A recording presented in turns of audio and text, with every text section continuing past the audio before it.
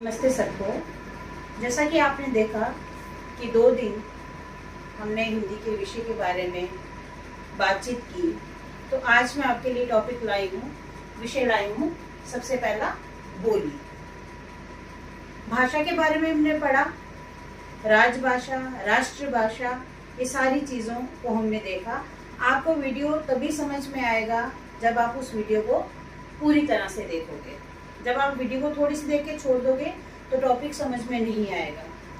ये स्पेशली बच्चों के लिए, पेरेंट्स के लिए ये रिक्वेस्ट है कि अगर वीडियो आप देखते हो तो वीडियो को पूरा वीडियो देखो, तभी आपको टॉपिक समझ में आएगा। तो आज का टॉपिक हमारा है बोली। तो बोली होती क्या है? भाषा का ये क्षेत्रीय रूप है। क्षेत्रीय रूप का क्या मतलब हुआ कि जिस क्षेत्र में हम रहते हैं, जिस एरिया में हम रहते हैं, उस एरिया में रह के जो हम बोली बोलते हैं, भाषा बोलते हैं, उसी को ही क्या कहा जाता है? बोली कहा जाता है। उसके बाद हमारा टॉपिक आ गया लिपि। तो लिपि क्या है कि भाषा की सबसे छोटी इकाई ध्वनि है। भाषा का सबसे छोटा जो पार्ट है, इकाई है, वो क्या है? ध्वनि। ध्वनि मीन्स आवाज। ध्वनियों के लिए चिन्ह का प्रयोग होता है। जो हम ध्वनियां बोलते हैं उसके लिए चिन्ह का प्रयोग होता है। चिन्ह मतलब यहाँ पे चिन्ह किसको बोलेंगे? वर्णों को। कि जब हम ध्वनि निकालते हैं, आवाज निकालते हैं, तो चिन्हों का प्रयोग होता है। तो उन चिन्हों को क्या कहते हैं? वर्ण कहते हैं। जो हम बोलते हैं, हमारे मुंह से जो आवाज निकलती है, ये सारे क्या हैं? ये वर्ण हैं।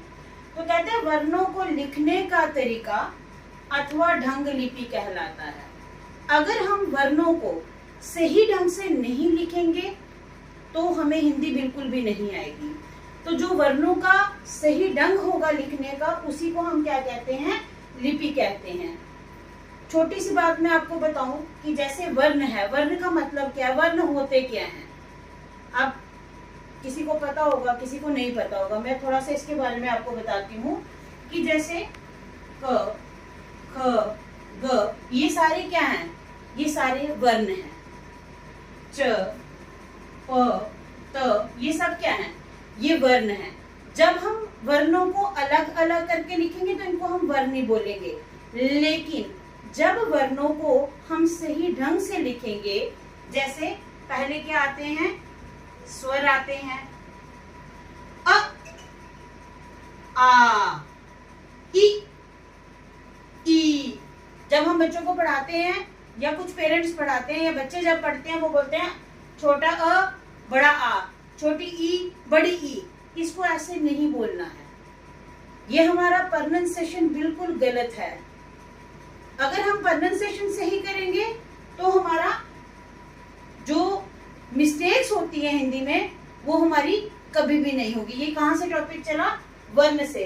कि अगर हम वर्णों को लिखने का तरीका अथवा ढंग जो है वो हमारा सही होगा तो वही लिपि कहलाता है। अगर हमें वर्णों का लिखने का ढंग ही नहीं पता होगा तो वो लिपि नहीं कहलाएगा।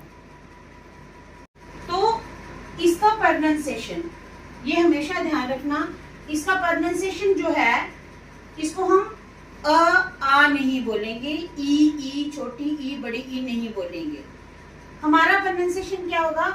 अ, आ, ई।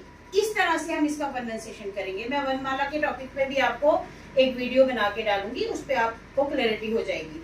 यहाँ पे हमारा वर्ण को लिखने का तरीके का मतलब कि जब हम इसको बड़े ढंग से लिखेंगे, स्वर पहले लिखेंगे, फिर हम व्यंजन लिखेंगे, क, ख, ग, मतलब इस तरह से ढंग से हम जब लिखेंगे तो ये सारी क्या कहलाएगी? हमारी वर्णमाला कहलाएगी। कि जब हम वर्णों को एक ही माला में ढंग से पिरोते हैं तो उसको हम क्या कहते हैं? वर्णमाला कहते हैं। आई होप कि आपको टॉपिक आज का समझ आ गया होगा, लेकिन आप पूरी वीडियो देखें, अच्छे से समझें इसको। तो इसी तरह मैं आपके साथ छोटे छोटे टॉपिक के लिए हाजिर होती रहूंगी। धन्यवाद। यदि आपको ये वीडियो पसंद आती हैं, अच्छी लगती हैं, तो सबसे पहले आपने यही काम करना है, वीडियो को पूरा देखना है, उसको समझना है। अगर समझ आती है तो लाइक, शेयर, सब्सक्राइब जरूर करें। Thank you.